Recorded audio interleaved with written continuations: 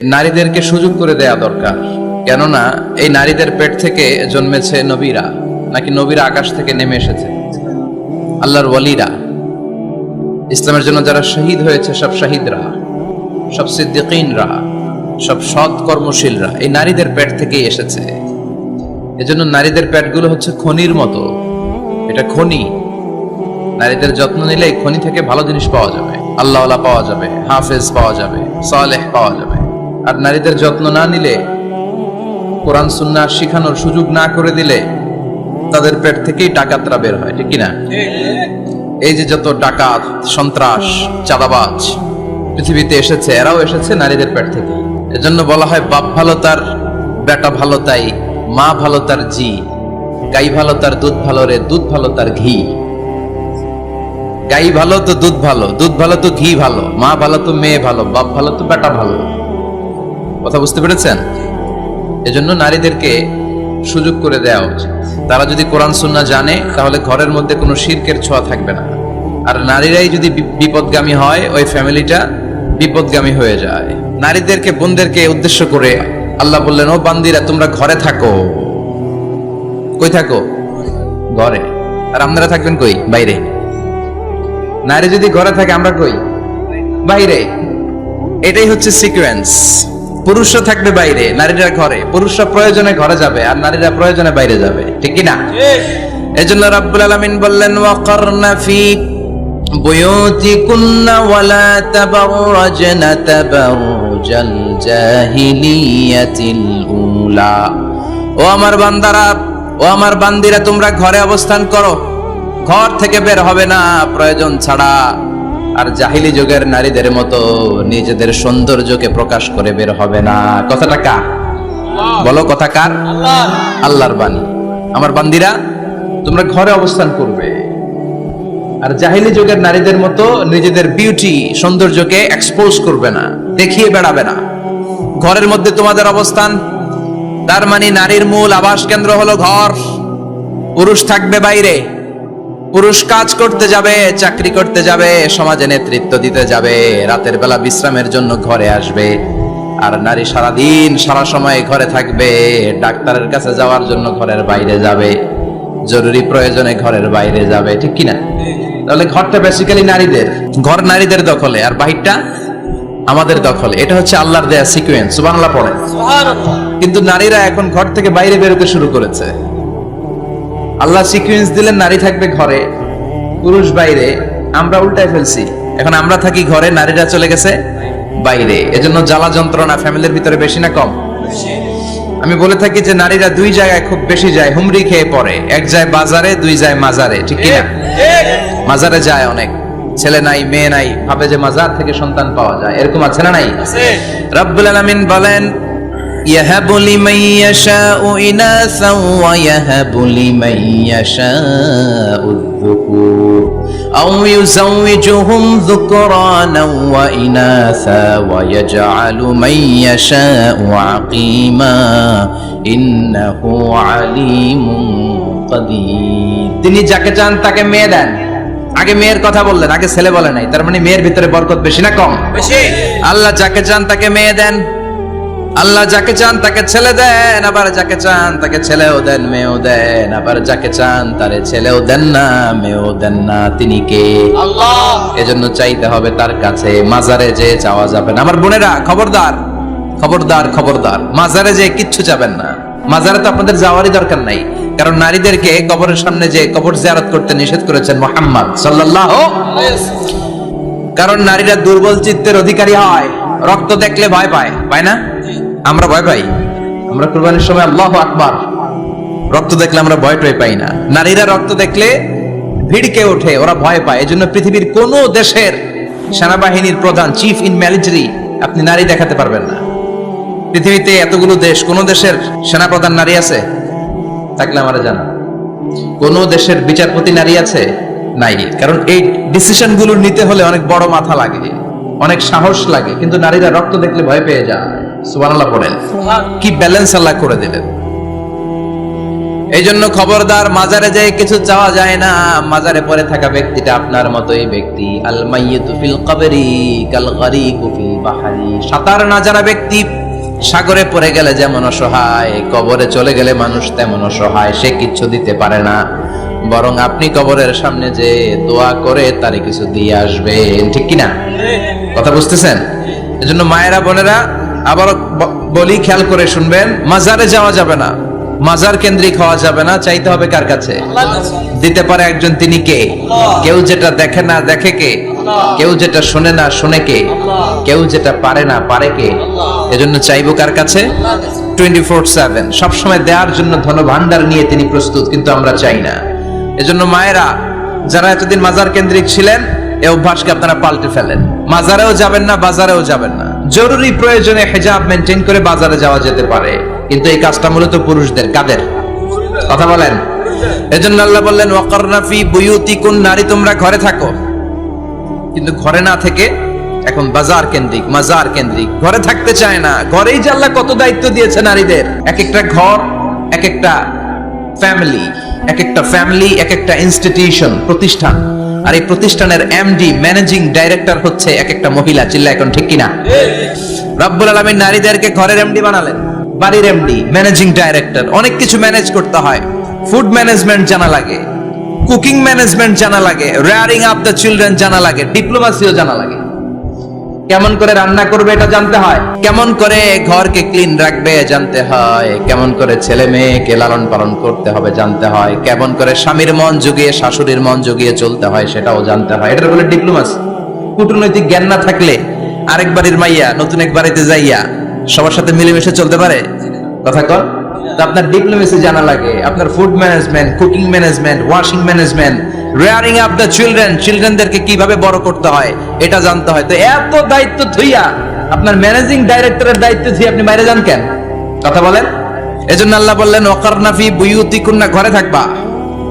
ঘরে থাকলে ওই ঘরটারে বরকতময় করে দেয় কে? আল্লাহ। দেখবেন যেই ঘরে নারী থাকতে পারে না, ওই ঘরটা উস্কো খুস্কো, রুক্ষ, ভালোবাসার ছোঁয়া নাই। ওই ঘরের মধ্যে মাধুর্যতা নাই, প্রেম নাই, মমতা নাই, সব কেমন যেন অগোছালো। কারণ নারীর হাত পেলে একটা ঘর যেরকম সুন্দর হয়, নারীর হাত না লাগলে ঘরটাকে ওই রকম সুন্দর করে সাজানো যায়। মাঝে মাঝে আমরাও ঘর গুছাই, মাঝে মাঝে আমরাও ঘরকে পরিচ্ছন্ন করতে চাই, কিন্তু মেয়েরা যেমন করে সাজায় আমরা তেমন করে পারি নাকি? কথা কয় না? কথা বলেন। পারি পারি। আমরা মাঝে মাঝে রান্না করি, মহিলা রান্না করলে যেই স্বাদ হয় আমাদেরটা ওইটা হয়। কথা বলেন। এজন্য আল্লাহ বললেন ওয়াকারনা ফি বুয়ুতিকুন্না, ঘরে থাকবা। পুরুষরা থাকবে বাইরে, তোমরা প্রয়োজনে বাইরে যাবা। আর পুরুষরা রাত্রি বেলায় বিশ্রামের প্রয়োজনে ঘরে আসবে। কার কথা? কার কথা? আবার আল্লাহ নারীদেরকে বললেন চোখ নামাও, আমাদেরকেও বললেন চোখ নামাও, তাদেরকেও বললেন চোখ নামাও। ওয়াকুল্লিল মুমিনাতি ইয়াগদুদনা মিন আবসারিহিন, ও নবী নারীদেরকে বলেন তারাও যেন পরপুরুষ দেখলে চোখ নামিয়ে রাখে। ওয়াহফাজনা ফুরুজাহুন্না, তারা যেন তাদের প্রাইভেটসকে হেফাজত করে। ওয়ালা ইউবদিনা জিনাতাহুন্না ইল্লা মা যাহারা মিনহা, দেহের সৌন্দর্য যেন বের না করে দেয়। ওয়ালইয়াদরিবনা বিখুমুরিহিন্না আলা জুয়ুবিহিন্না, আর তাদের বুকের উপরে যেন একটা চাদর নামিয়ে দেয়। সুবহানাল্লাহ। ওড়নাটা যেন উন্নত বক্ষটা তারা ঢেকে রাখে। এখন বুকের উপরে ওড়না থাকে না, ওড়না থাকে গলায়। ঠিক কিনা? অবশ্য এইখানে যে বোনেরা আসছে এদের এই সমস্যা নাই, এরা সবাই বোরকা পরে আসছে। এদের আত্মীয় স্বজনের মধ্যে ঝামেলা থাকতে পারে, তো আপনারা যে পৌঁছে দিবেন। ওড়না থাকবে কোথায়? নারীদের বুকের উপরে ওড়না থাকবে, চাদর থাকবে। গলার মধ্যে ওড়না রাখার জন্য বলা হয় নাই। ওয়ালিয়াদরিবনা বিখুমুরিহিন্না আলা জুয়ুবিহিন্না, বুকের উপরে রাখো, নিজেকে ঢেকে রাখো, হেজাব করো। হেজাব করলে নারীর মর্যাদা বাড়িয়ে দেয় কে? আল্লাহ। সম্মানিত বোনেরা, নারী স্বাধীনতার কথা যারা বলে টেলিভিশনে, এগুলো শুনে আপনারা ভড়কে যাবেন না, এগুলো শুনে আপনারা পাগল হবেন না। মনে রাখবেন হেজাব আপনার অধিকার, হেজাব নারীর অধিকার, এটা নারীর সৌন্দর্যের প্রতীক। হেজাব নারীর আভিজাত্যের প্রতীক। হেজাব নারীর সৌন্দর্যের প্রতীক, আভিজাত্যের প্রতীক, তার রূপের প্রতীক। এটা তার অধিকার। চিৎকার করে বলেন ঠিক কিনা? কেমন করে হেজাব দেহ থেকে সরাতে হয় কেমন করে দেহ থেকে কাপড় নামানো যায়, এটা হইল শয়তানের মিশন। এটা কি? শয়তান যখন নিষিদ্ধ ফল সাইয়েদনা আদম আর হাওয়া আলাইহিস সালামকে খাইয়ে দিল, সাথে সাথে জান্নাতের কাপড় পড়ে গেল। জান্নাতেও কাপড় খুলে দিল, দুনিয়াতেও খুলে। ঠিক কি না? শয়তানের মিশনই এইটা, কাপড় যত কমানো যায়, কাপড় যত কমানো যায়। এজন্য খবরদার, আপনারা অনেক সম্মানিতা। খেয়াল রাখবেন, পৃথিবীতে যে জিনিসের মর্যাদা যত বেশি, সম্মান যত বেশি, যেটা যত বেশি দামি, ওইটা তত বেশি প্যাকেটের ভিতরে থাকে। ঠিক কিনা? ঝিনুকের ভিতরে থাকে মতি, মতি খোলা থাকে না। স্বর্ণ অলংকার, স্বর্ণের দোকানে যখন যাবেন দেখবেন শাটারের সামনে এত বড় বড় তালা, অন্য দোকানে এত মোটা তালা নাই। আবার যেখানে গ্লাস ফিটিং করা স্বর্ণ রাখা হয়, ওইখানেও কয়েকটা লকার সিস্টেম আছে না নাই? ঘরে যখন আমরা অর্নামেন্টস রাখি, গহনা রাখি, ঘরের সবচেয়ে গোপন কক্ষের ভেতরে, গোপন আলমারির ভেতরে, গোপন সিন্ধুকের গোপন ড্রয়ারের ভেতরে কয়েকটা তালা মেরে স্বর্ণ রাখি। জোরে কোন ঠিক কিনা? 50,000 টাকার বান্ডিল নিয়ে যখন রাস্তায় বেরোই, কেউ হাতে নিয়ে বেরোয় না, এমনি দেখায় দেখা যায় না। এই যে দেখ 50,000, কখনো কাউরে 1,000 টাকার নোট ধরেন, এটা 1,000 টাকার নোট, 1,000 টাকার নোট, কথা কয় না, 1,000 টাকার নোট। এটা কাউরে দেখবেন যে 1,000 টাকার নোটটারে এইভাবে করে এদিকে অর্ধেক আর এইভাবে এইভাবে রেখে রাস্তায় হাঁটতেছে। কোন পাগলও হাঁটবে? কোন পাগলও হাঁটে না, কারণ দামি জিনিস। এটার হেজাব লাগবে, এটা নেকাব লাগবে, এটাকে প্যাকেট করতে হবে, এটাকে প্রিজার্ভ করতে হবে।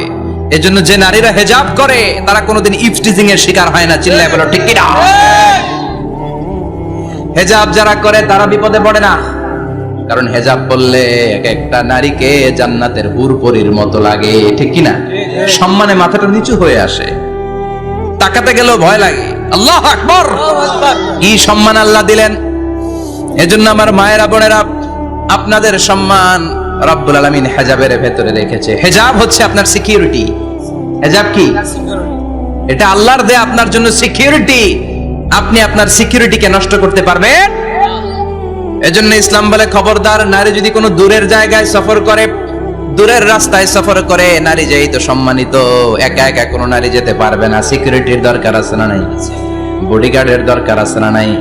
কেউ যখন বাংলার জমিন থেকে মক্কায় উমরা করতে যায়, মাহরাম পুরুষ না থাকলে তারে ভিসা দেয়, কারণ সম্মানিতা, বডিগার্ড লাগবে। জানেন এটা? মাহরাম পুরুষ যদি না থাকে, এই মাহরাম হচ্ছে বডিগার্ড। মাহরাম পুরুষ না থাকলে উমরার ভিসা হয় না, হজের ভিসা হয় না, কারণ লম্বা সফর, আর যে সফর করবে সে সম্মানিতা। সম্মানিতা নারীর জন্য সিকিউরিটির দরকার আছে না নাই? বডিগার্ড লাগবে কি লাগবে না? কি সম্মান ইসলাম আমাদেরকে দিল বুঝলামই না আমরা। আপনাদেরকে প্রোটেক্ট করার জন্য, আপনাদের সিকিউরিটি এনশিওর করার জন্য আল্লাহ তাআলা হেজাবের বিধান দিয়েছে। চিল্লায় পড়েন সুবহানাল্লাহ। এজন্য নারীর সম্মান, নারীর মর্যাদা রব্বুল আলামিন হেজাবের ভেতরে দিয়েছে। আবার নারীর মধ্যেও হেজাবের তারতম্য আছে না নাই? যাদের বয়স বেশি তাদের হেজাব কম, যাদের বয়স কম তাদের হেজাব বেশি। সুবহানাল্লাহ, কি ব্যালেন্স! কিন্তু রাস্তায় দেখবেন নানির হাতে হাত মোজা, নানি নাতনি, নানির হাত মোজা আছে, পা মোজা আছে, গায়ে বোরকা আছে দুইটা, সাথে ষোড়শী অষ্টাদশী তরুণী তন্নি যুবতী নাতনিটার বুকের মধ্যে কাপড় নাই, গলায় আছে ওড়না, আছে না নাই? তার মানে পুরাই উল্টা। দরকার ছিল নাতনির হাতে মোজা, পায়ে মোজা, দুইটা বোরকা। হালকা কাপড় পরে নানি বের হইছে, সমস্যা নাই। কোন রকম চাদর গায়ে দিয়ে নানি বের হইছে, সমস্যা নাই। কিন্তু নাতনির গায়ে বোরকার দরকার আছে না নাই? হাত মোজা, পা মোজার দরকার আছে না নাই? মা মেয়ে বের হয়েছে, মায়ের গায়ে দুই বোরকা, হাত মোজা, পা মোজা, মেয়ের গায়ে কাপড় নাই, হাফ নেকেড, আছে না নাই? নানির দিকে তাকাবে কে? উনি তো এক্সপায়ার্ড, উনি কি ডেট শেষ। কথা বলেন, কেউ তাকাবে?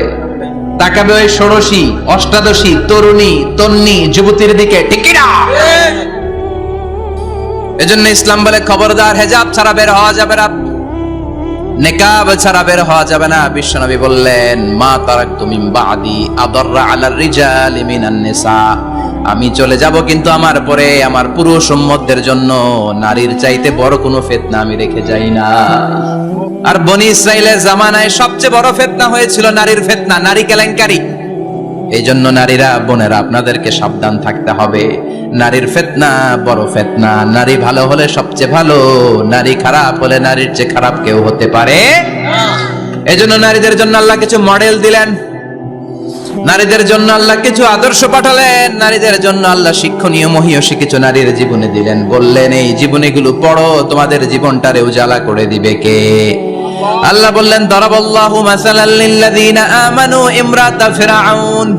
গোটা বিশ্বের সব নারীদের জন্য রব্বুল আলামিন কুখ্যাত সন্ত্রাসী ফেরাউনের বউকে মডেল বানিয়ে দিয়েছে। সুবহানাল্লাহ পড়েন। সুবহানাল্লাহ। কাফেরের বউ মুমিন নারীদের মডেল, আবার নবীর বউ কাফের নারীদের মডেল, আছে না নাই? নূহ আলাইহিস সালাম আল্লাহর সবচাইতে প্রিয় নবী, প্রিয়দের একজন, কিন্তু তার বউ কাফেরদের মডেল। আর কুখ্যাত সন্ত্রাসী ফেরাউন, তার বউ আসিয়া মুমিন নারীদের মডেল। আল্লাহু আকবার। 6 জন নারীর জীবনীর কথা আমি রেকমেন্ড করি, সাজেস্ট করি যে 6 জন নারীর জীবনী মুখস্থ, ঠোঁটস্থ, অন্তস্থ থাকতে হবে প্রতিটা নারীর জন্য। আশা করি মায়েরা বোনেরা শুনছেন, আশা করি আপনারা কান লাগিয়ে শুনছেন, অনুধাবন করার চেষ্টা করছেন। আপনাদের জন্য 6 জন নারীর জীবনী পড়া অবধারিত। সংক্ষেপে বলবো কয়জন? গুনেন। 1 নম্বরে হচ্ছে হাজার, উম্মে ইসমাইল, সাইয়েদনা ইব্রাহিমের বউ, সাইয়েদনা ইসমাইল আলাইহিস সালামের আম্মা, নাম হলো হাজার। আমরা বলি বিবি হাজেরা। আমরা কি করি? হাজেরা আছে না? এই প্যান্ডেলেও হাজেরা নামে 2-1 বোন থাকতে পারে। আসলে নামটা হচ্ছে হাজার। নামটা কি? হাজার। এই হাজার হচ্ছে আপনাদের 1 নাম্বার মডেল। 2 নাম্বার কুখ্যাত সন্ত্রাসী ফেরাউনের বউ আসিয়া আপনাদের 2 নাম্বার মডেল। 3 নম্বরে ঈসা আলাইহিস সালামের আম্মা মারিয়াম আলাইহিস সালাম আপনাদের মডেল। বিশ্বনবীর প্রথম বউ খাদিজা আপনাদের মডেল। বিশ্বনবীর একমাত্র কুমারী বউ মা আয়েশা আপনাদের মডেল। আর বিশ্বনবীর কলিজার টুকরা সাইয়্যিদাতুনা ফাতিমা আপনাদের জন্য মডেল। সুবহানাল্লাহ পড়েন।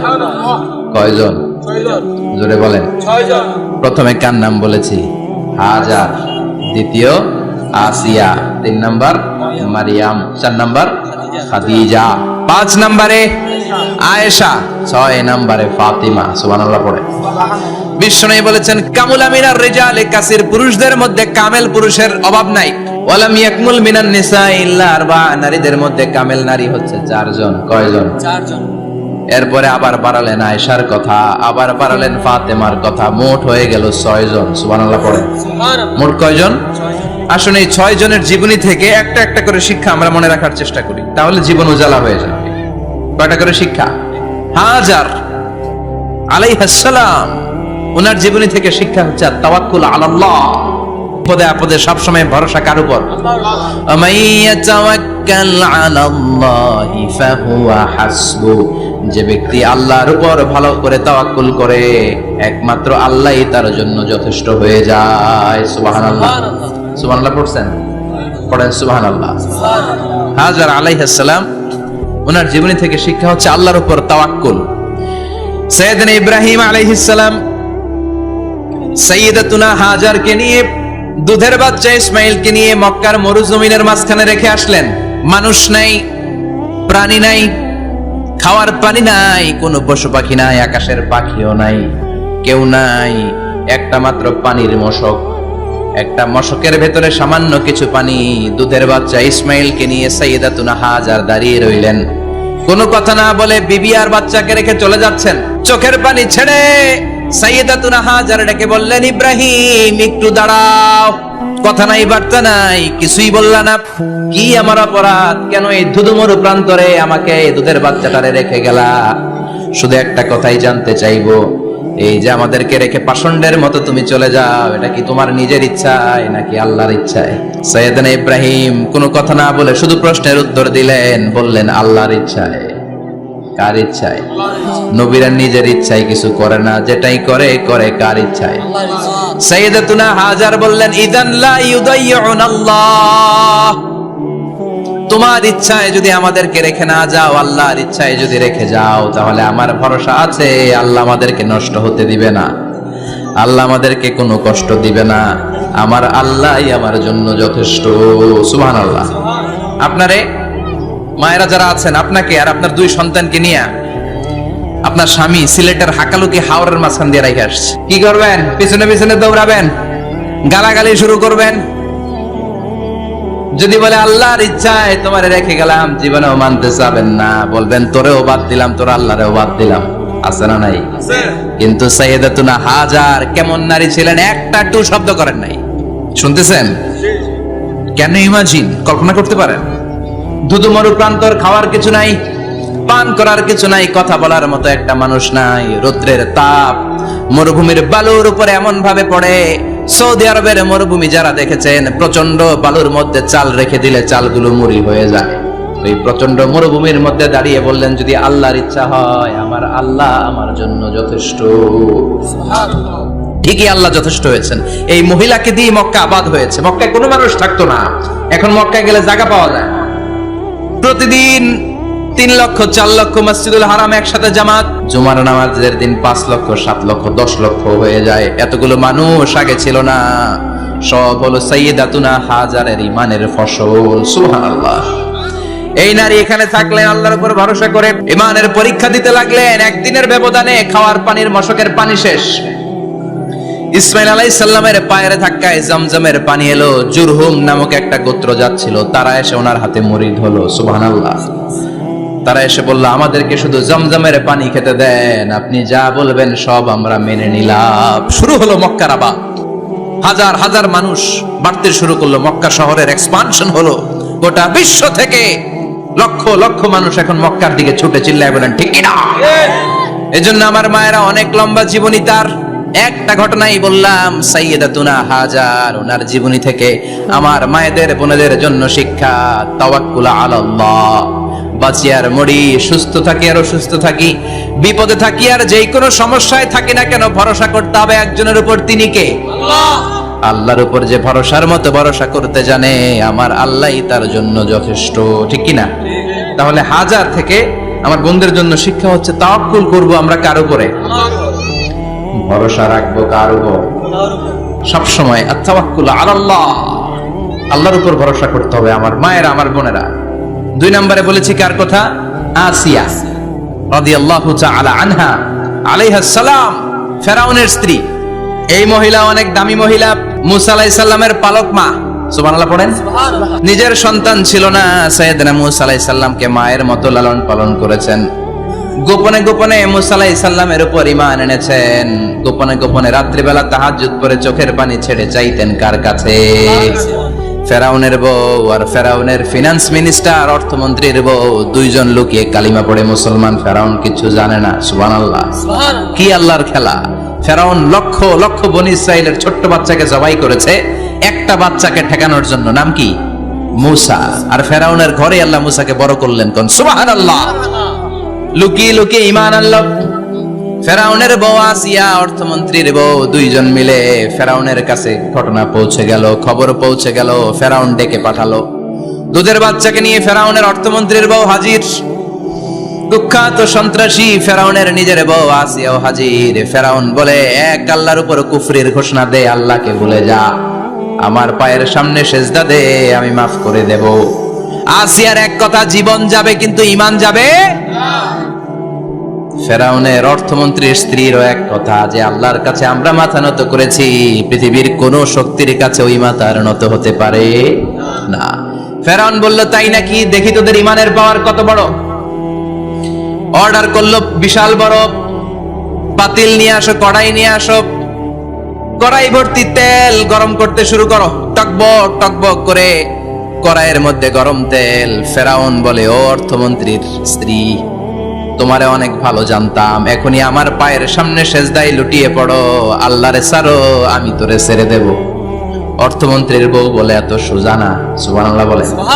কি ঈমান? ঈমানের পথে অবিচল থেকে আমার মরণ যেন হয়, তোমারই কাছে মিনতি আমার, তোমারই কাছে মিনতি আমার, মহামহিম দয়াময়, ঈমানের পথে অবিচল থেকে আমার মরণ যেন হয়। পড়েন আমিন। আবার পড়েন আমিন। এক কথা, আল্লাহর সামনে মাথা নত করেছি, কারো সামনে করব না। ফেরাউন অর্ডার দিল, এই মহিলার দুধের বাচ্চাটারে টান দিয়ে আন, টকবক তেলের মধ্যে, কড়াইয়ের মধ্যে গরম তেলের মধ্যে ছেড়ে দে। মায়ের চোখের সামনে দুধের বাচ্চাকে গরম তেলের মধ্যে ছাড়ে। হিসাবটা কি সহজ নাকি? কথা বলেন। চিৎকার দিয়ে মা কেঁদে ওঠে, ছেড়ে দাও। ফেরাউনের নির্দয় অন্তরে দয়া হয় না। দুধের বাচ্চাটারে তেলের মধ্যে ছেড়ে দেওয়ার পরে মুহূর্তের মধ্যে ছেলেটা রোস্ট হয়ে যায়। কিন্তু ছেলেটা হাত উঁচু করে ডেকে বলে, মা ভয় পেও না, তোমরা দেখো টকবগে কড়াইয়ের ভেতরে তেল, আসলে মা এটা আগুন না, এটা জান্নাতের বাগান। ও মা, ফেরাউনের দিকে তাকাস না রে মা, আমার মতো দৌড় দিয়ে তেলের মধ্যে ঝাঁপ দে। আল্লাহু আকবার। ফেরাউনের অর্থমন্ত্রীর বউয়ের ঈমান দ্বিগুণ হয়ে যায়, 3 গুণ হয়ে যায়। সে বলে, ফেরাউন গোটা পৃথিবীটারে এক পাশে করতে পারবি, কিন্তু আমার মাথাটা তোর পায়ের সামনে নোয়াতে পারবি?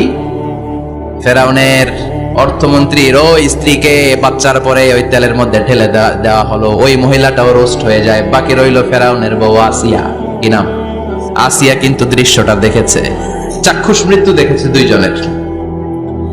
ফেরাউন বলে, আসিয়া কত অন্তরঙ্গ সম্পর্ক আমাদের, আজীবন কত ভালোবাসা ছিল, কত খুনসুটি ছিল, কিন্তু আমার পায়ের মধ্যে সেজদা দিয়ে প্রমাণ কর তুই আমারে ভালোবাসিস। আসিয়ারও একই কথা, জীবন দিব কিন্তু ঈমান দিব না। ফেরাউন বলল, তোকেও আমি ছাড়বো না, তোকে আমি উলঙ্গ করব। হাজার হাজার মানুষের সামনে আসিয়ার কাপড় টেনে নেওয়া হলো, তক্তার মধ্যে শুইয়ে তক্তার মধ্যে হাতে পায়ে পেরেক মারা হলো। হাতের এই পাশ দিয়ে পেরেক ঢুকে ওই পাশ দিয়ে বেরোয়, তক্তার এ পাশ দিয়ে ঢুকে ও পাশ দিয়ে বেরোয়, ফিনকে দিয়ে রক্ত বের করে।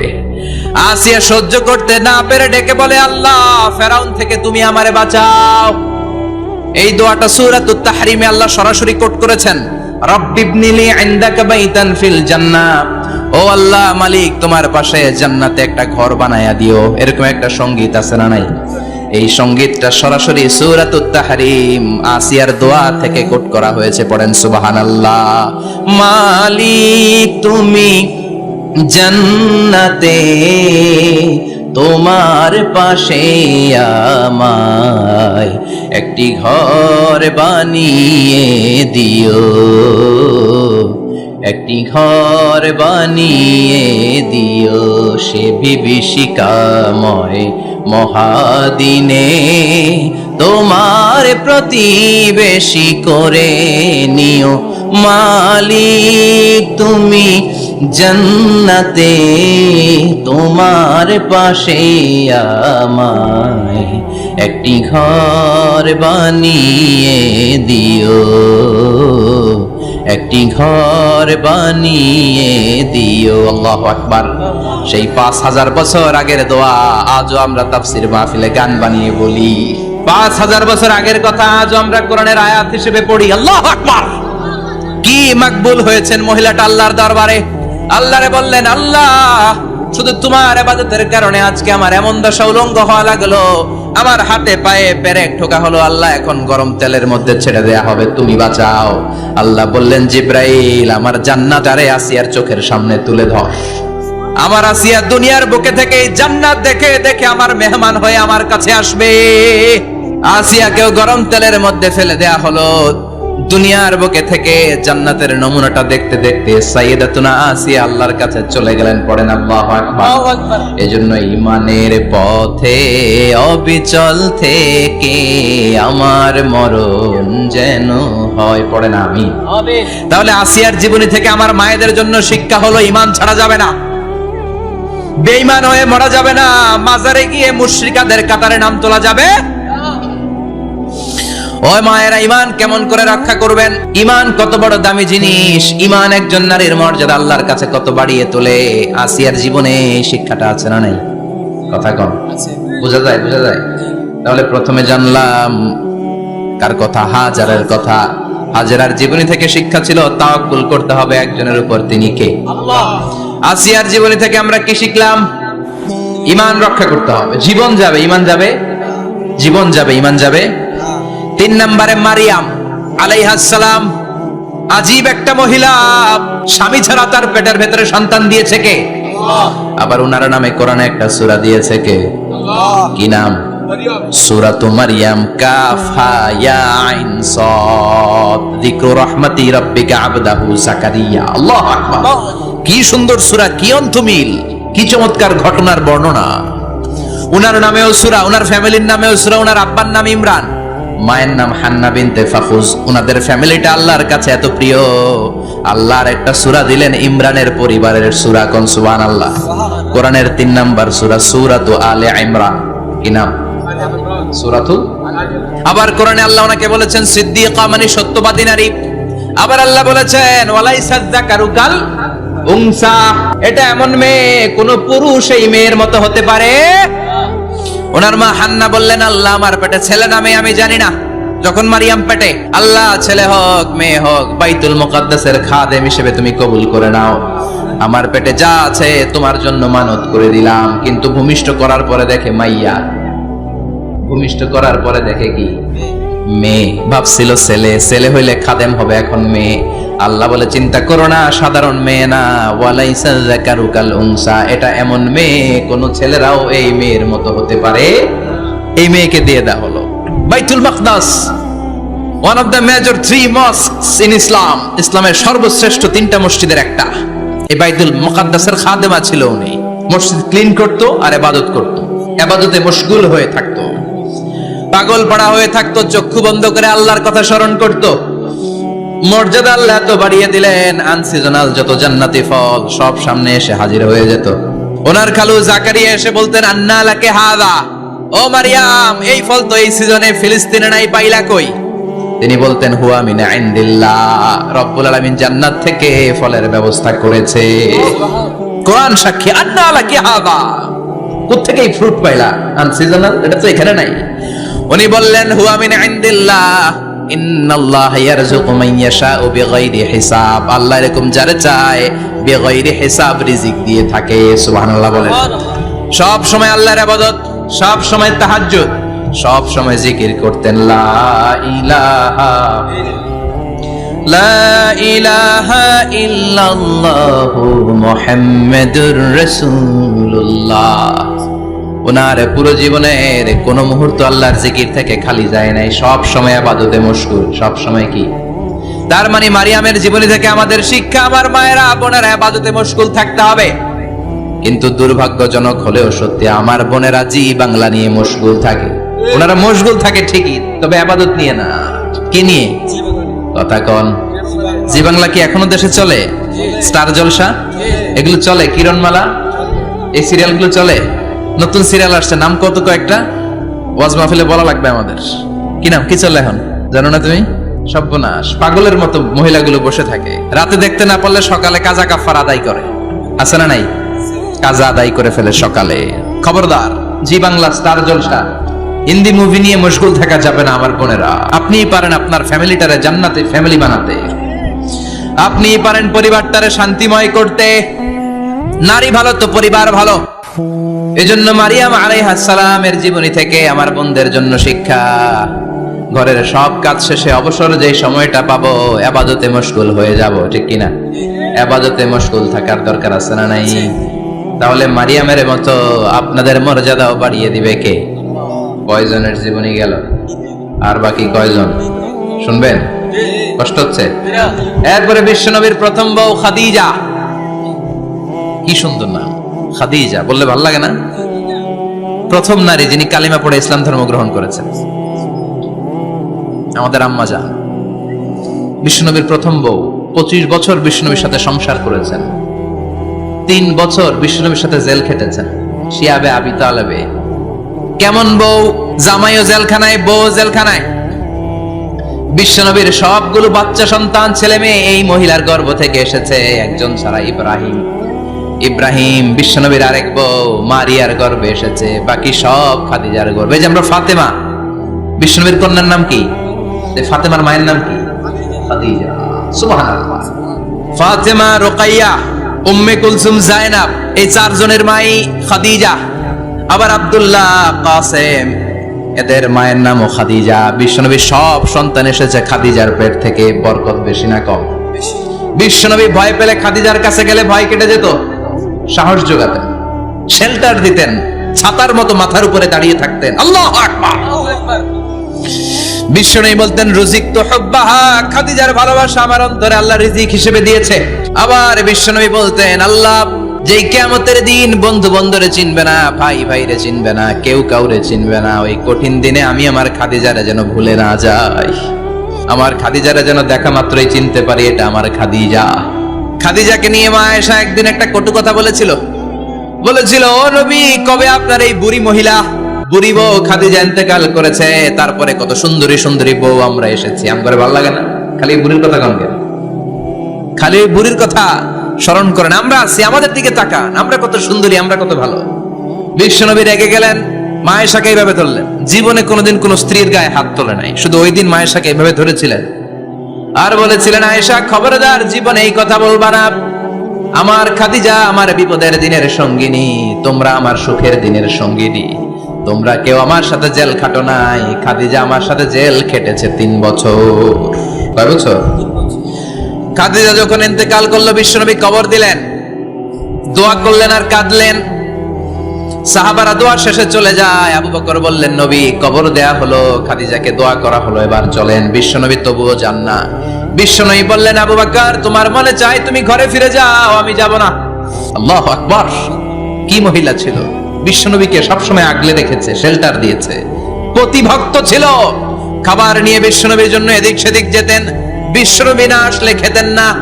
বিশ্বনবীকে কলিজার চাইতো বেশি ভালোবাসতো, প্রতি যা বলবে তাই শুনতো। ও মায়েরা, খাদিজাতুল কুবরার জীবনী থেকে আপনাদের জন্য শিক্ষা হলো প্রতিভক্তি। কি ভক্তি? এখন প্রতিভক্তি নাই, আমরা করি নারী ভক্তি। এখন নারী নির্যাতন কমে গেছে বাংলাদেশে, বেড়ে গেছে পুরুষ নির্যাতন।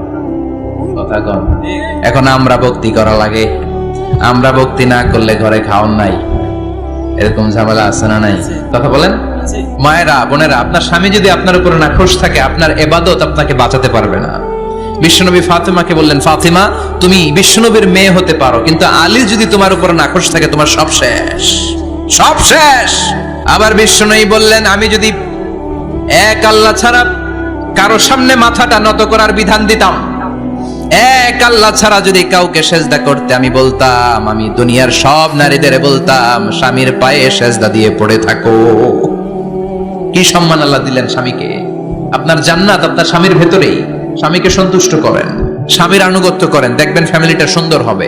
আর স্বামীরা স্ত্রীদেরকে ভালোবাসেন, স্ত্রীদেরকে ভালোবাসার গল্প শোনাবেন, দামি দামি শাড়ি কিনে দিবেন, তারপরে রাত্রিবেলা গান শোনাবেন। শুধু বউয়ের গান, শালীর গান না, ভাবির জন্য না, চাচাতো বোনের জন্য না, উল্টা পাল্টা জায়গায় করলে গুনাহ আছে না নাই? স্ত্রীর সাথে প্রেম নিবেদন করেন, ভালোবাসা নিবেদন করেন, সংসারটারে শান্তিপূর্ণ করে দিবে কে? তার মানে খাদিজাতুল কুবরার জীবনী থেকে শিক্ষা কি? ভুলে গেছি। কি শিক্ষা? প্রতিভক্তি। কি ভক্তি? স্বামীকে ভক্তি করা লাগবে, তা না হলে জান্নাত নাই। এরপরে বিশ্বনবীর একমাত্র কুমারী বউ নাম কি? আয়েশা। বিশ্বনবী বললেন, উরিতুকি ফিল মানামি সালাসা লায়াল। আয়েশা, বিয়ের আগে তোরে কিন্তু আমি 3 বার স্বপ্নে দেখছিলাম। সুবহানাল্লাহ কইবেন না? বড্ড খুশি হয়ে গেলেন আয়েশা। এরপরে বললেন, 3 বার স্বপ্ন দেখার পরে তোমার ব্যাপারে মনের মধ্যে কেমন কেমন যেন ভালো লাগে। তারপরে একটা ছোট্ট কাগজের মধ্যে, জান্নাতি কাগজ, রেশমি কাপড়ের মধ্যে তোমার চেহারাটা এনে জিব্রাইল বললেন, দেখেন নবী কেমন লাগে। আমি কইলাম ভালো লাগে। কার মেয়ে? আপনার বন্ধু আবু বকরের মেয়ে, বিয়ে করবেন নাকি? বিশ্বনবী বললেন, ও জিব্রাইল, তুমি যদি ঘটক হও, আল্লাহ যদি হয় কাজী, আমি মুহাম্মদ বিয়েতে রাজি। সুবহানাল্লাহ পড়েন। বিয়ে হয়ে গেল, কিন্তু ঘরে দামি ফার্নিচার নাই, টাকা পয়সাও তেমন নাই, কিন্তু আছে খালি সুখ। আছে কি? যেটা টাকা দিয়ে কিনা যায়, টাকা দিয়ে বাড়ি কিনা যায়, গাড়ি কিনা যায়, সুখ কিনা যায় নাকি? টাকা দিয়ে বিছানা কিনা যায়, বালিশ কিনা যায়, ঘুম কিনা যায় নাকি? কথা বলেন। এজন্য সুখ দেয়ার মালিক কে? দোকানে সুখ পাওয়া যায়? সুখ দেয়ার মালিক একজন, তিনি কে? মা আয়েশা একমাত্র কুমারী বউ। আদর করে তিনি ডাকতেন হুমায়রা, আবার মাঝে মাঝে ডাকতেন ইয়া আয়েশু। আয়েশা না, আয়েশু সংক্ষেপ। এত ভালোবাসতেন মা আয়েশাকে। মা আয়েশা গ্লাসের যেই জায়গা দিয়ে পানি খেতেন, বিশ্বনবী ওই জায়গায় মুখ লাগিয়ে পানি খেত। মা আয়েশা গোশতকে হাড্ডি ফেলে দিলে বিশ্বনবী ওই হাড্ডিটা নিয়ে চষতে শুরু করে দিত। এক বালতি থেকে পানি নিয়ে 2 জনে গোসল করত। আবার বিশ্বনবীর সাথে সাথে মাঝে মাঝে বায়না ধরতো, মাঝে মাঝে রাগও করতো। সুবহানাল্লাহ কোন? স্বামী স্ত্রীর মধ্যে একটু রাগ আছে না নাই? রাগ থাকলে ওইটারে আবার ভালোবাসায় পরিণত করে দেয় কে? রাগ না থাকলে ভালোবাসা তো ভালোবাসাই না। রাগ থাকতেই হবে, তাইরই ভালোবাসার মর্ম বোঝা যায়। চিল্লায় বলেন ঠিক কিনা? ক্ষুধা না থাকলে খাবারের মর্যাদা বোঝা যায় না। সারাদিন পেট ভরা, খাওয়ার মজা বুঝবেন? ক্ষুধা, প্রচন্ড ক্ষুধা, তৃষ্ণার্ত, লেবুর শরবত পাইলে অমৃতের মতো লাগে। প্রচন্ড ক্ষুধা, হাজি বিরিয়ানি পাইছেন 1 প্লেট, ইচ্ছে মতো খাবেন, কিন্তু পেট ভর্তি, হাজি বিরিয়ানি খাওয়া যাবে? এজন্য রাগ না থাকলে ভালোবাসা যে কত দামি, ভালোবাসা যে আল্লাহর পক্ষ থেকে কত বড় নেয়ামত বোঝা যায় না। মাঝে মাঝে মা আয়েশা রাগ করতেন, শুনতেছেন? বিশ্বনবী বলেন, আয়েশা কখন তুমি রাগ করো, কখন তুমি আমারে ভালোবাসো আমি বুঝি। সুবহানাল্লাহ পড়েন। মা আয়েশা বললেন, কেমনে বুঝেন? বিশ্বনবী বললেন, যখন তুমি রাগ করো তখন নামাজের পরে দোয়ার মধ্যে বলো, ও ইব্রাহিম আলাইহিস সালামের আল্লাহ, আপনি আমার উপর দয়া করেন। তার মানে তুমি রাগ করে আছো, আমার নাম নাও নাই। আর যখন আমার উপর খুশি থাকো নামাজের পরে দোয়াতে বলো, মুহাম্মদ সাল্লাল্লাহু আলাইহি ওয়াসাল্লামের আল্লাহ, আপনি আমাদের উপর রহমত করেন। তার মানে খুশির সময় তুমি আমার নাম নাও, রেগে গেলে অন্য নবী দিয়ে দোয়া সেরা দাও, রেগে গেলে আমার নামটা নাও না। মা আয়েশা বলে, নবী গো, আমি তো শুধু নামটাই মুখ দিয়ে নেই না, কিন্তু কলিজা থেকে তো আপনারে বাদ দিতে পারি না। আল্লাহু আকবার! কি ভালোবাসা! মা আয়েশা বলতেন, আমি যখন বিশ্বনবীর সাথে শীতের রাতে এক ল্যাপের নিচে ঘুমাতাম তখনও জিব্রাইল ওহী নাজিল করত। সুবহানাল্লাহ নাই? সুবহানাল্লাহ। কোন স্ত্রীর সাথে অন্তরঙ্গ বসবাসের সময় কোরআনের ওহী নাজিল হতো না। একমাত্র মা আয়েশার সাথে যখন এক বিছানার এক ল্যাপের নিচে দুইজন শুয়ে আছে, কোরআনের আয়াত নাজিল করছে কে? আবার মা আয়েশা বলছেন, আমার কারণে ও মুসলিম উম্মাহ তোমরা তায়াম্মুমের বিধান পেয়েছো। ফাতায়াম্মামু সাঈদান তাইয়্যিবা। মা আয়েশা একটা যুদ্ধে গিয়েছিলেন, যুদ্ধ থেকে ফেরার পথে মা আয়েশার গলার লকেট নাই। মাঝে মাঝে হয় না, মহিলা গলার লকেট পায় না, পুরা বাড়ি আগুন করে ফেলাইছে, লকেট নাই। লইয়া গেল রে, নিয়ে গেল রে, আড়াইলাম রে। মা আয়েশার লকেট নাই। লকেট হারানোর পরে মা আয়েশা কান্নাকাটি। বিষ্ণু বললেন, থামো। অনেকক্ষণ থামার পরে লকেট খুঁজে পায় না, সবাই খোঁজাখুঁজি, লকেট কই, লকেট কই, লকেট খুঁজে পায় না। ওদিক দিয়ে মাগরিবের নামাজের সময়ও শেষ, নামাজের সময় শেষ। আর যেই জায়গায় লকেট খোঁজার জন্য থামা হয়েছে ওই জায়গায় আবার পানি নাই, পানি সামনে, পানির দিকেও যেতে পারে না, লকেটও খুঁজে পায় না, নামাজও পড়া যায় না। সব সাহাবীরা মিছিল শুরু করছে, আবু বকর রে ধর, ধর, ধর, আবু বকর রে ধর। আবু বকরের মেয়ের কারণে নামাজ আমাদের চলে যাচ্ছে।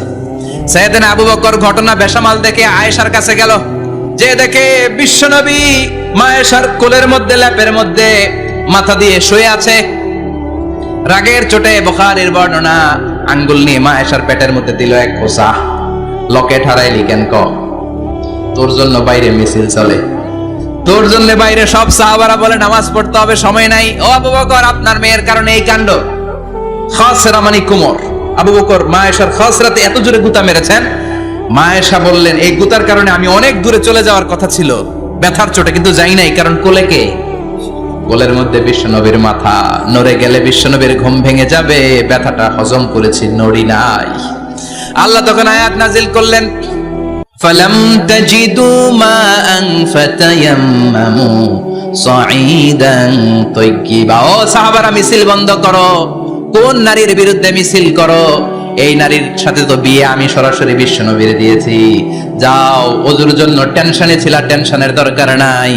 আয়েশার কারণে আজকে নতুন করে একটা বিধান দিলাম, আজ থেকে যদি ওজুর পানি না পাওয়া যায়, বালুর মধ্যে 2 হাত বাড়ি মেরে তায়াম্মুম করো, নামাজ পড়ে নাও, কবুল করে নিবে কে? এই মা আয়েশার লকেট হারানোর কারণে তায়াম্মুমের বিধান নাজিল হয়েছে। কোন সুবহানাল্লাহ। সে বলতেন, ও উম্মতেরা, জেনে রাখো, এই যে তায়াম্মুম করো, এটা কিন্তু আমার কারণে পাইছো। সুবহানাল্লাহ কোন? আবার মা আয়েশা বলতেন, আমার কোলে মাথা রেখে বিশ্বনবী শেষ নিঃশ্বাস ত্যাগ করেছে, আবার আমার ঘরের মধ্যেই বিশ্বনবীর কবর। সুবহানাল্লাহ। বিশ্বনবীর কবরটা কিন্তু মা আয়েশার ঘরের মধ্যে, এখনো বিশ্বনবীর কবর যেই জায়গায়, এই জায়গায় মা আয়েশার ঘর ছিল। সুবহানাল্লাহ কোন? 2210টি হাদিস বর্ণনা করেছেন। কত? কথা কয় না?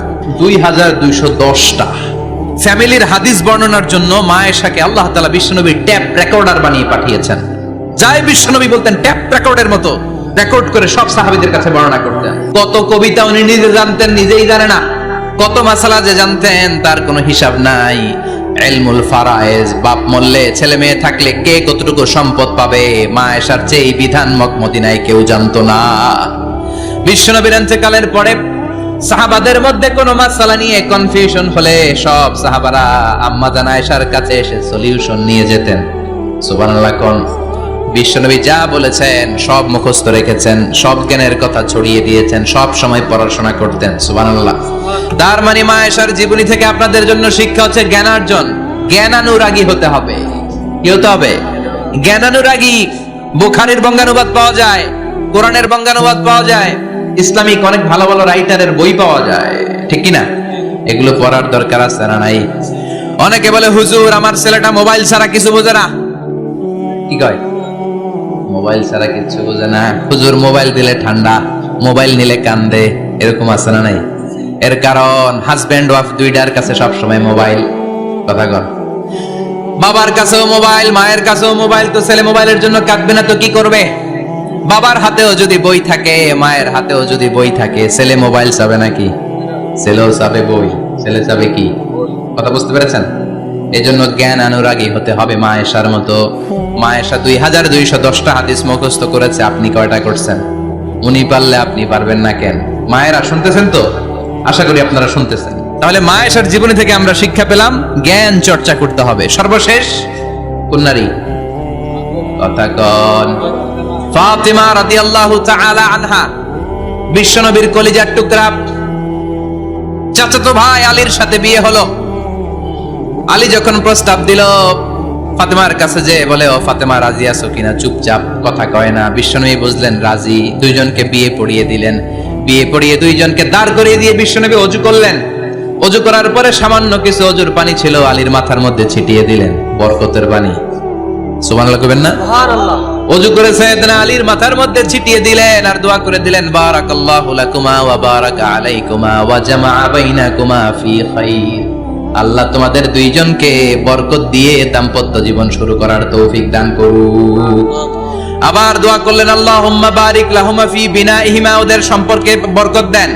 ওয়া নাসালিহিমা শিবলিহিমা, ওদের গর্ভে যে সন্তান আসবে এগুলোর শ্রেষ্ঠ সন্তান বানান। 1 বছরের ব্যবধানে ঘরটাকে আলোকিত করে প্রথম সন্তানের জন্ম হাসান। সুবহানাল্লাহ। হাসান রে বিশ্বনবী এত আদর করেছেন, বিশ্বনবীর কাছ থেকে এত আদর কেউ কোনোদিন পায় নাই। হাসান রে বিশ্বনবী ডাকতেন লুকা। বুখারীর বর্ণনা। শব্দটা কি? লুকা মানে পিচ্ছি। ছোট বাচ্চাদেরকে আপনারা কি কন? আরে পিচ্ছি তো আমি কইছি, আপনারা কি কন? বাবু বলেন। আর কিছু কি বলেন? আর আর কিছু নাই। তাহলে যে বাবু পিচ্ছি, হ্যাঁ, এই বাবু পিচ্ছি আরবি হচ্ছে লুকা। বিশ্বনবী ফাতেমার ঘরে এসে বলতেন, আইনা লুকা, পিচ্ছিটা কই রে? আমার হাসান কই, আমার নানা ভাই কই? আর বিশ্বনবীর আওয়াজ শুনলে হাসান এসে বিশ্বনবীর কাঁধে। আল্লাহু আকবার, আল্লাহু আকবার। বিশ্বনবী বলতেন, ফাতেমা আমার কলিজার টুকরা, যে ফাতেমারে কষ্ট দেয় সে আমারে কষ্ট দেয়, ফাতেমারে আনন্দ দেয় মানে আমি বিশ্বনবীরে আনন্দ দেয়। এই ফাতেমা সব সময় পর্দায় থাকতেন, দিনের বেলা বেরোতেন না, সারা দিনে টয়লেট করতেন একবার, সেটাও করতেন রাত্রে, যাতে দিনের বেলা কেউ তারে না দেখে। কি ব্যালেন্স লাইফ, কি ব্যালেন্স লাইফ! রাতে একবার টয়লেটে যাওয়া মানে কি সারাদিন খাওয়া দাওয়া এরকম ব্যালেন্স করে করতেন।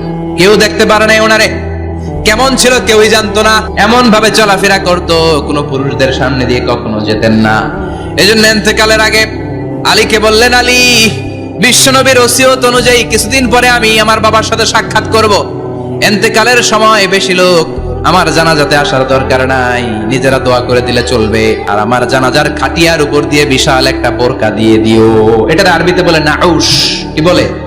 এই প্রথম কোন নারী তার খাটিয়ার উপরে নাউশ ব্যবহার করেছে, জন্য এটাকে বলে সুন্নাতু ফাতিমা, ফাতেমার সুন্নাত। সাইয়েদাতুনা ফাতেমার আগে কেউ জানাজার খাটিয়াতে নাউশ ব্যবহার করে নাই। আল্লাহু আকবার। আলীকে বলে গেলেন, আলী, অল্প কয়েকজন পুরুষ নিয়ে জানাজা দিও, বেশি মানুষের কাছে আমার নিও না। দুনিয়ার বুকে আমি লুকিয়ে লুকিয়ে চলতাম, মরার পরে লুকিয়ে লুকিয়ে আল্লাহর কাছে চলে যেতে চাই, পুরুষদের সামনে আমার নিও না। ও মা, এই ফাতেমার জীবনী থেকে আপনার জন্য শিক্ষা হলো পর্দা। সব সময় পর্দাটা দেহে থাকার দরকার আছে না নাই? রাজি আছেন তো? তাহলে এই 6 জন নারীর জীবনে যদি আমার মায়েরা পরে, আমার মায়েরা বোঝে, ওই মায়েরা বিপদগামী হতে পারে নাকি? হতে পারে। তাহলে 6 জনের আবার রিভাইজ করে চলেন। প্রথমে বললাম কার কথা? হাজার। হাজারের জীবনী থেকে শিক্ষা কি? আল্লাহর উপর তাওয়াক্কুল। 2 নম্বরে বললাম কার কথা? আসিয়ার কথা। আসিয়ার জীবনী থেকে শিক্ষা হলো ঈমানের পথে অবিচল থাকতে হবে, ঠিক কিনা? তারপরে মারিয়ামের জীবনী থেকে শিক্ষা হলো সব সময় ইবাদতে মশগুল। খাদিজার জীবনী থেকে শিক্ষা হলো প্রতিভক্তি, স্বামীর প্রতি আনুগত্য। মা আয়েশার জীবনী থেকে শিক্ষা হলো জ্ঞান অর্জন করতে হবে কার খুশির জন্য? আর ফাতিমার জীবনী থেকে শিক্ষা হলো সব সময় পর্দা, গায়ের মধ্যে থাকার দরকার আছে না নাই? মানতে রাজি আছেন? এই 6 জনের জীবনী গ্রন্থ কিনা যাবে না? কিনতে রাজি আছেন তো? কথা কয় না? সবাই রাজি? নারীদের জন্য জান্নাতে যাওয়া সহজ, very easy way. Our beloved Prophet Muhammad has prescribed a very easy way to enter the paradise for the women. নারীদের জন্য জান্নাতে যাওয়ার সহজ শর্টকাট। মায়েরা আবার কান খাড়া করেন খরগোশের মতো, শর্টকাট বলে দিয়ে যাই। আলমারআতু ইযা সাল্লাত খামসাহা, বিশ্বনবী ফরমান 4টা কাজ যে নারী দুনিয়ার বুকে করবে ওই নারীর জন্য জান্নাতের 8টা দরজা খুলে দিবে কে? আল্লাহ। 1 নম্বর আলমারআতু ইযা সাল্লাত খামসাহা, 5 ওয়াক্ত নামাজ যে মেয়েরা পড়বে, সামাত শাহরাহা, যারা রমজানের রোজা রাখবে, আতাআত বালাহা, স্বামীর আনুগত্য করবে, হাফিজাত ফুরুজাহা, লজ্জাস্থানের হেফাজত করবে। এই 4টা কাজ যে নারীরা করবে 8টা জান্নাতের দরজা তাদের জন্য খুলে দিবে কে? আল্লাহ। সহজ হয়ে গেল না? মাত্র 4টা। কয়টা? 4টা। আরো জোরে বলেন কয়টা? 4টা। মাত্র 4টা কাজ। আর কিছু কাজ করতে বিশ্বনবী নিষেধ করেছেন। জামার উপর দিয়ে পারফিউম মেখে যেতে নিষেধ করেছেন মুহাম্মদ সাল্লাল্লাহু আইয়ুমা ইমরাআতিন ইস্তাআতারাত, যেই মহিলারা পারফিউম মেখে বের হলো পুরুষদের দৃষ্টি আকর্ষণের জন্য, কিয়ামতের দিন জিনাকারিনীদের কাতারে ওদেরকে দাঁড় করাবে কে? অনেক মহিলারা আছে ঝাঁঝালো পারফিউম দেয়, আছে না? টেম্পুর মধ্যে বসাই যায় না, না? সিএনজিতে বসছেন, এদিকে বসছে খালাম্মায়, হায় হায়। মায়েরা খেয়াল করে শুনেন, আপনাদের ড্রেস কেমন হবে? নাম্বার 1, আপনার পুরো দেহটা ঢাকা থাকতে হবে। যে ড্রেস পরবেন you should cover your whole body. শুধু হাতের এই 2 কবজি আর চেহারা খোলা রাখতে পারবেন, তবে চেহারা ঢেকে রাখা উত্তম। একজন মহিলা বোরকা পরছে কিন্তু চেহারা খোলা, তার হেজাব হয় নাই, পর্দা হয় নাই, এটা বলা যাবে? কিন্তু উত্তম হচ্ছে চেহারা ঢেকে রাখা, কারণ চেহারা সৌন্দর্যের রাজধানী। Face is the capital of beauty, ঠিক কিনা? চেহারা দেখলাম তো সব বোঝা গেল, ঠিক কিনা? কেমন মাধুর্যতা আছে, দেখতে কেমন সুন্দরী কিনা সব বোঝা যায়। এজন্য চেহারাটাও ঢেকে রাখবেন, চোখটা খোলা রাখবেন। বিশ্বনবীর স্ত্রী উম্মে সালামা বলে, দেখার জন্য আমার 2 চোখের দরকার নাই, লাগবে 1 চোখ। উনি আরেক চোখের মধ্যে আরেক কাপড় দিয়ে রাখতেন, এমনি তাকাইতেন। সাহাবারা বলতেন উনারা দেখলে আমরা দিতাম দৌড়, ভয় লাগতো। চোখ একটা দেখা যায় আর একটা খোলা, উনারা দেখে আমরা এদিক সেদিক পালিয়ে যেতাম। আবার অনেক মহিলারা পা ঢাকে না, পা কিন্তু পর্দার অন্তর্ভুক্ত। সব সময় মেয়েরা পা মোজা পরে বেরোতে হবে, পা দেখানো যাবে না। হাদিসে এসেছে শুধু হাত এতটুকু, পা কিন্তু পর্দার অন্তর্ভুক্ত। উম্মে সালামা বললেন, ইয়া রাসূলুল্লাহ, আমরা তো হাঁটতে গেলে অনেক সময় পা দেখা যায়। বিষ্ণু বললেন, তাই? তাহলে 1 বিঘত নিচ দিয়ে কাপড় বাড়াও। উম্মে সালামা বললেন, জোরে হাঁটলে তো তারপরও দেখা যাবে। বিষ্ণু বললেন, 1 হাত বাড়াও, ধুলাবালি সহ টানবা, তারপরও পায়ের 1 ইঞ্চি দেখানো যাবে। তাহলে ড্রেস কোডের প্রথম নিয়ম হচ্ছে পুরো দেহ ঢাকবেন। 2 নম্বরের নিয়ম, পোশাক ঢিলে ঢালা হবে না টাইট ফিটিং? আরো জোরে বলেন। ঢিলে ঢালা হবে, টাইট ফিটিং হতে পারবে না। এরকম মোটা হবে, মোটা কাপড়, কিচ্ছু দেখা যায় না, বাইনোকুলার দিয়েও দেখা যাবে না। আবার ঢিলে ঢালা আছে না নাই? আমরা পুরুষরা যে এটা পরি, এটা দিয়ে 3 মহিলার কাপড় হয়, ঠিক কিনা? কাপড় পরতে চায় না তারা, ওদের পোশাক আমরা নিয়ে নিচ্ছি। তার মানে ঢিলে ঢালা হবে, মোটা কাপড়ের হবে, টাইট ফিটিং হতে পারবে। আবার পুরুষদের পোশাক হতে পারবে। এই 4টা নিয়ম মেনে যে যেই ধরনের পোশাক পরেন, চাদর পরেন সমস্যা নাই, শাড়ি পরেন সমস্যা নাই, ব্লাউজ পরলে ফুল হাতা পরবেন সমস্যা নাই, মেক্সি পরলেও সমস্যা নাই, বোরকা পরলেও সমস্যা নাই, কিন্তু পোশাকটা শালীন পোশাক হতে হবে। কি পোশাক? সবাই বলেন, শালীন পোশাক। পুরুষদের পোশাক পরা যাবে না, কারণ বিশ্বনবী লানত করেছেন ওই নারীদেরকে যেই নারীরা পুরুষদের মতো সাজতে চায়। এরকম আছে না নাই? দেখলে বোঝা যায় না কোনটা ছেলে কোনটা মেয়ে, আছে না নাই? ইসলাম যে মর্যাদা আপনাদেরকে দিয়েছে আর কেউ দিয়েছে নাকি? ইসলাম বলে প্রথম সন্তান কন্যা সন্তান হলে ঘরের মধ্যে বরকত, আছে না নাই? মিন বারাকাতিল মারআতি তাবকিরুহা বিল ইনাস। একটা মেয়ের মধ্যে বরকত বেশি না কম কেমনে বুঝবেন? তার প্রথম সন্তান যদি মেয়ে হয় তাহলে বুঝবেন এই মেয়েটা বরকতওয়ালা মেয়ে। এই মেয়ে আপনার জীবনে অনেক কিছু নিয়ে আসবে। সুবহানাল্লাহ কইতে পারেন না? কিন্তু অনেক ডাকাইতেছে, মেয়ে হইলে অখুশি হয়, ছেলে হইলে পাড়ার সবারে জিলাপি খাওয়ায়, পাড়ার সবারে মিষ্টি খাওয়ায়, মেয়ে হইলে কিচ্ছু খাওয়ায় না, আছে না নাই? কিন্তু আমরা মেয়ে হলে খুশি হব। কার কার প্রথম সন্তান মেয়ে? হাত তোলেন। একজন, দুইজন, তিনজন। প্রথম সন্তান মেয়ে কার? হ্যাঁ, অনেকে আছে তো মাশাআল্লাহ। আপনারা অনেক বরকতময়, আলহামদুলিল্লাহ। হাত নামান। আমারও প্রথম সন্তান মেয়ে। তিনটাই ভাইয়া, জান্নাত একটা আমার দিয়ে। তার মানে 3 জান্নাতের মালিক। মাশাআল্লাহ, আল্লাহ বাইরে তুমি কবুল করো। তার মানে কোন ঘরে যখন মেয়ে আসে, আল্লাহ বলে ঘরটা বরকতময়। মেয়েটা যখন বড় হতে শুরু করে, মেয়েটা ভাইয়ের জন্য বরকতময়। মেয়ে যখন বিয়ের উপযুক্ত হয়, বাবার জন্য বরকতময়। 2 মেয়ে মানে বাবার 2 জান্নাত, 3 মেয়ে মানে 3 জান্নাত। সুবহানাল্লাহ। আবার যখন স্বামীর কাছে যায়, ইসলাম বলে ওই স্বামী আল্লাহর কাছে সেরা, যেই স্বামী বউয়ের কাছে সেরা। বউ যদি আপনারে ভালো বলে, আপনি আল্লাহর কাছে ভালো। বউ যদি খারাপ বলে, আপনি আল্লাহর কাছে খারাপ। তার মানে ব্যালেন্স করেছে ইসলাম। স্বামীর আনুগত্য করতে বলেছে, আবার স্বামীকেও বলেছে স্ত্রীকে ভালোবাসতে, ঠিক কিনা? কথা বলেন। ইসলাম বলে তোমার হাত যদি বউয়ের হাতের সাথে মিলাও, 2 হাতের সগীরা গুনাহ মাফ করে কে? স্ত্রীর দিকে যখন তাকাও, তোমার চোখের সগীরা গুনাহ মাফ করে কে? প্রতি মাসে মাসে স্ত্রীর কাপড় চোপড় আর কসমেটিক্স কেনার জন্য যে টাকাটা দাও, এই টাকাটা সদকা হিসেবে কবুল করবে কে? এবার এই মহিলা গর্ভবতী। ইসলাম বলে সন্তান ভূমিষ্ঠ করতে যে যদি কোনো মা ডেলিভারি কেসে হসপিটালে মারা যায় কিংবা বাসায় মারা যায়, কিয়ামতের দিন ওই মহিলাকে শহীদদের কাতারে দাঁড় করায় দিবে কে?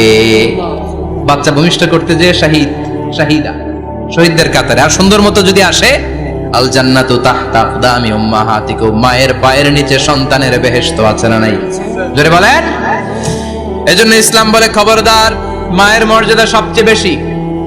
এক সাহাবী বললেন, ইয়া রাসূলুল্লাহ, কার সাথে ভালো আচরণ করব? বাবার সাথে নাকি মায়ের সাথে? নবী বললেন মায়ের সাথে, এরপরে মায়ের সাথে, তারপরে মায়ের সাথে, তারপরে কার সাথে? তারপরে তোমার পিতার সাথে। মায়ের মর্যাদা কয় গুণ বেশি?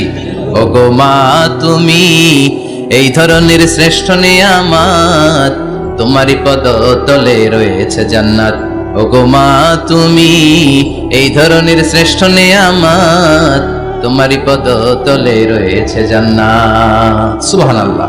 আমি বলি আমাদের পায়ের নিচে থাকে মোজা, জুতা আর বালু, আর মহিলাদের পায়ের নিচে জান্নাত। এই পৃথিবীটারে 1000 বার বিক্রি করলে জান্নাতের একটা চেয়ারের দাম হবে না। সুবহানাল্লাহ পড়ে। আর যেই জান্নাত মায়ের পায়ের নিচে পড়ে আছে, ওই পায়ের দাম বেশি না কম? বেশি।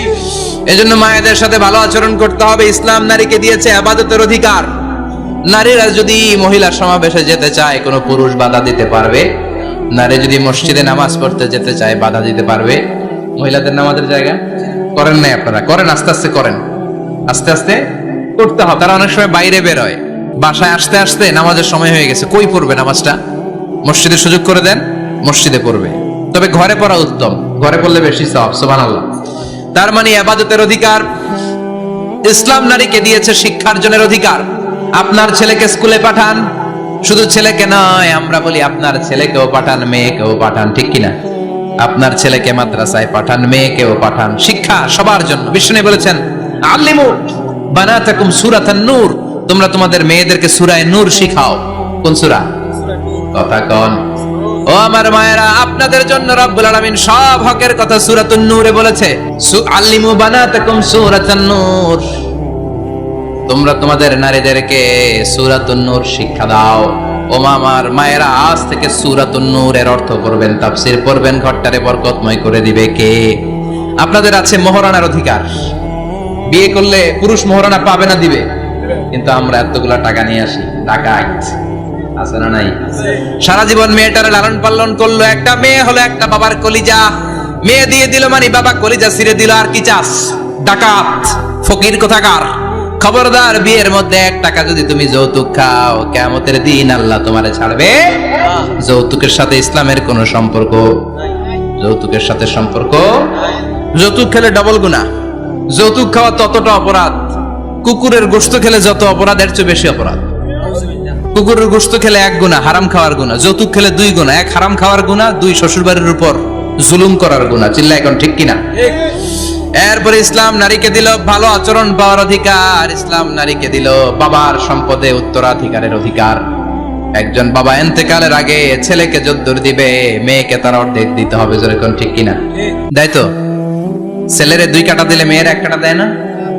কদ্দুর দেয়? দেয় না। হ্যাঁ, ডাকাই, ওই যে কয় ডাকাই। আবার কই সুবহানাল্লাহ, নাউজুবিল্লাহ কও বেটা। ছেলেকে যদ্দুর দিবেন, মেয়েকে অর্ধেক।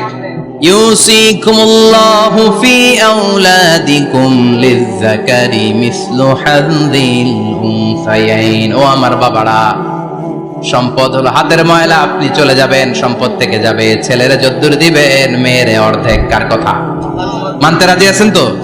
একজন প্রশ্ন করেছে যে অনেক মেয়েরা ডিজাইন করা বোরকা পরে, এত ডিজাইন করে যে তাকিয়ে থাকতে মনে চায়, মানে বোরকা পরার কারণে আরো বেশি তাকায় থাকতে মনে চায়। এরকম ঝামেলা আছে না? নাই না, এরকম ঝিলিমিলি বিভিন্ন ধরনের ডিজাইন করা, অতিমাত্রায় ডিজাইন, যেটা মানুষের দৃষ্টি আকর্ষণ করতে পারে, এরকম বোরকা পরা যাবে না। বোরকা হতে হবে ঢিলে ঢালা, বোরকা হতে হবে মোটা কাপড়ের, বোরকা হতে হবে আপনার সেফ গার্ড। ওই বোরকায় যদি আপনার সর্বনাশের কারণ হয়, তাহলে তো এই বোরকা দিয়ে কোনো লাভ নাই। চিল্লা এখন ঠিক কিনা? আমার বোনেরা, আপনাদের জন্য যা বলেছি কিফায়া, নাকতাফি বিহাদাল কাদার, এতটুকুই আমি যথেষ্ট মনে করি। এজন্য এই 6 জন নারীর জীবনী আমাদেরকে জানতে হবে, আমাদেরকে হেজাব পালন করতে হবে আমাদের সিকিউরিটির জন্য। ইসলাম আমাদেরকে যে অধিকার দিয়েছে কেউ দেয় নাই, ইসলাম যে বিধান দিয়েছে আমাদের ভালোর জন্যই দিয়েছে, ঠিক কিনা? আল্লাহ আমাদের সবাইকে কথাগুলো বোঝার ও আমল করবার তৌফিক দান করুক। আমরা পড়ি আমিন। আমার মায়েরা বোনেরা, আপনারা ভালো থাকবেন। আপনাদের যে আত্মীয় মহিলারা আসতে পারে নাই, তাদের কাছে আমার পক্ষ থেকে কথাগুলো পৌঁছে দিবেন। এই এলাকার সব মাদেরকে বোনদেরকে আল্লাহ তুমি বিশ্বনবীর স্ত্রীদের মতো কবুল করে নাও। আমরা পড়ি আমিন।